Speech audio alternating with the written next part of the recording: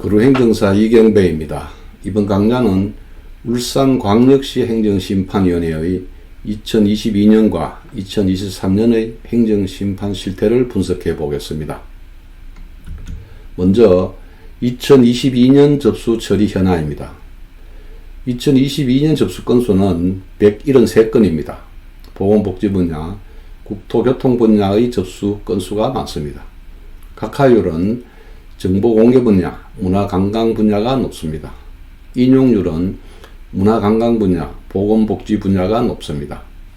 다음은 2023년 접수 처리 현황입니다. 2023년 접수 건수는 268건입니다.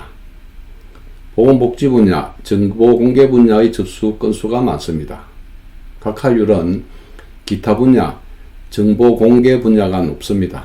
인용률은 산업자원 분야, 보건복지 분야가 높습니다. 2022년과 2023년 2년간의 접수 처리 현황입니다. 2023년에 접수된 사건이 2022년에 비해 55% 증가하였는데 원인은 보건복지 분야와 정보공개 분야의 사건 접수가 대폭 증가하였기 때문입니다. 울산시 행정심판의 특징을 살펴보겠습니다. 운영 현황 그래프의 푸른색은 2022년, 붉은색은 2023년입니다. 접수 건수 편차가 있어도 각하 심리 의결, 기각, 인용 건수가 균형을 이루며 변하고 있는 모습을 확인할 수 있습니다. 이는 울산시 행정심판위원회가 의도적으로 만든 결과는 아니겠지만 바람직한 현상으로 보여집니다.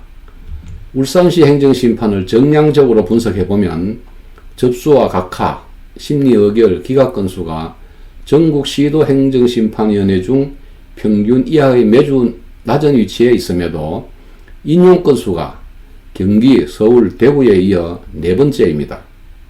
울산시 행정심판을 정성적으로 분석해 보면은 행정심판 청구 요건을 갖추지 못했다고 각하시킨 사건은 접수 사건 대비 각하율이 25.2%에 달하여 전국 시도 행정심판위원회 중 15번째를 위치하고 있으며 심리 의결한 사건 중 기각률이 39.7%로 전국에서 가장 낮습니다.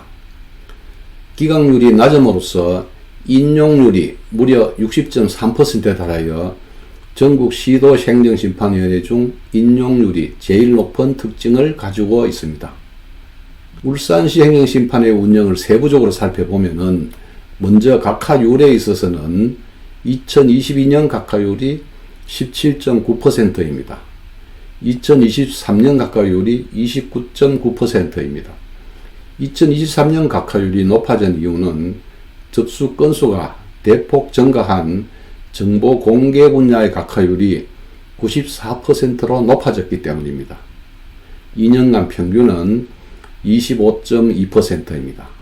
중앙행정심판위원회 그리고 전국 시도행정심판위원회의 평균 각하율과 비교하면은 울산시 행정심판위원회 각하율이 모두 낮습니다. 이는 울산시 행정심판위원회는 행정심판 청구 요건을 타 시도에 비해서 상대적으로 유연하게 심사하는 것으로 평가할 수 있습니다. 다음은 인용률을 보겠습니다. 2022년의 인용률은 62%입니다. 2023년의 인용률은 59%입니다. 접수 건수가 늘어난 것에 비례하여 인용 건수는 늘어났으나 인용률은 다소 낮아졌습니다. 2년간 평균은 60.3%로서 전국에서 가장 높습니다. 중앙행정심판위원회 그리고 전국 시도행정심판위의 평균 인용률과 비교하면은 울산시 행정심판위원회 인용률이 월등히 높습니다. 다음은 기각률을 살펴보겠습니다. 2022년의 기각률은 38%입니다. 2023년 기각률은 41%입니다. 2년간 평균은 39.7%로서 전국에서 가장 낮습니다. 중앙행정심판위원회 그리고 전국 시도행정심판위원회 평균 기각률과 비교하면은 울산시 행정심판위의 기각률이 월등히 낮습니다. 울산시 행정심판위에 접수된 사건을 살펴보면 보건복지 분야가 가장 많고 정보공개, 국토교통 순서입니다. 각하율을 분야별로 살펴보면은 정보공개 분야의 각하율이 95%에 육박하여 정보공개 분야의 행정심판 청구 요건 심사가 엄격하다는 것을 평가할 수 있습니다. 심리의결한 건수 현황을 분야별로 살펴보면 보건복지 분야가 가장 많고 국토교통 분야가 뒤를 잇고 있습니다.